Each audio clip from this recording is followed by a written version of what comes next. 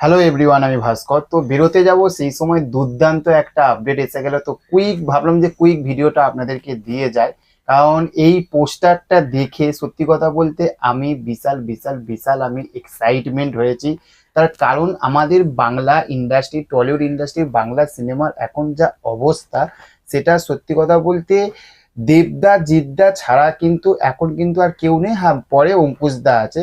তো এখন নতুন হিরো, নতুন মুখ কিন্তু উঠে আসা দরকার, এবং সেটার জন্য একটা কমার্শিয়াল সিনেমা দরকার। তো সেখান থেকে আমার কাছে পোস্টারটা এসে গেছে, আপনারা দেখতেই পাচ্ছেন, দানব, এবং আমি স্ক্রিনে দিয়ে যাচ্ছি।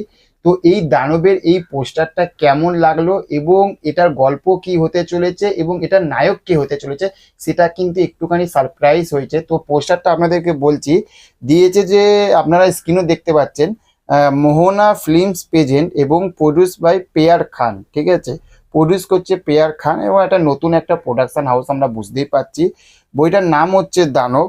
এই ফিল্ম বাই আটিল ইসলাম। তো আটিল ইসলাম আমি যতটা সম্ভব আমি জানতে পারলাম, সেইটা হচ্ছে যে প্রিন্সের কাছে আমি জানতে পারলাম, সেটা উনি আগে ফাতেমা যে বইটা, সেই বইটা কিন্তু উনি তৈরি করেছে। তো এখান থাকতে এই যে পোস্টারটার যে গল্পটা হচ্ছে যে ব্যাপক একটা গল্প। সেই গল্পটা এখনকার আরজি করে যে ঘটনা চারদিকে দেখুন, শুধু আরজি করে বলে না, এখনকার আমরা খবরের কাগজ খুললে এখন আরো বেশি করে ধর্ষণের এই জিনিসগুলো দেখতে পাচ্ছি। ঠিক আছে, একটা মেয়েদের উপরে অত্যাচার এবং মেয়েদেরকে অবলা ভাবে। তো সেখান থাকতে কিভাবে এই নায়কটা কিভাবে বদলা নেয়, কিভাবে সে দানব হয়ে ওঠে। এবং এইটার যে পোস্টারটা দেখুন, হিরোটা পিছন দিকে দাঁড়িয়ে রয়েছে, হাতে যতটা সম্ভব এটা একটা কুড়ুল নিয়ে দাঁড়িয়ে রয়েছে, এবং তার সামনে কিন্তু দানবের মতন কিন্তু পুরোপুরি আগুনের যে মূর্তিটা, সেই মূর্তিটা কিন্তু দেখাচ্ছে, এবং আপনারা স্ক্রিনে দেখতে পাচ্ছেন। তো পোস্টারটা কিন্তু আমার কিন্তু এক ঘর লেগেছে।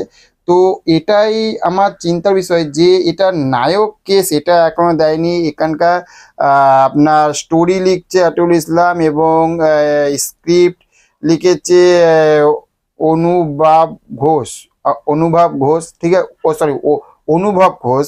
এবং স্টার্টিং শুট মানে খুবই তাড়াতাড়ির মধ্যে কিন্তু শুটিংটা শুরুও হবে। মিউজিক দেবে যতটা সম্ভব, লেখা রয়েছে, আমি ছবিটা নিয়ে বড় করি বুঝতে পারবো। আহ সামিত মুখার্জি। তো বেশ খারাপ না, কিন্তু হিরোটা কে সেটা সত্যি কথা, হিরো এবং নায়িকা কে সেটা এখনো পর্যন্ত এখানে রিভিল করেনি, সেটা জানা যাক কি হয়। তো পোস্টারটা এক ঘর লেগেছে, আপনাদের কেমন লাগলো সেটা অবশ্যই বলবেন। চ্যানেলে যদি নতুন হয়ে থাকেন তার চ্যানেলটিকে কিন্তু অবশ্যই সাবস্ক্রাইব করে পাশে থাকবেন। Okay, thank you, have a nice day, tata, bye by.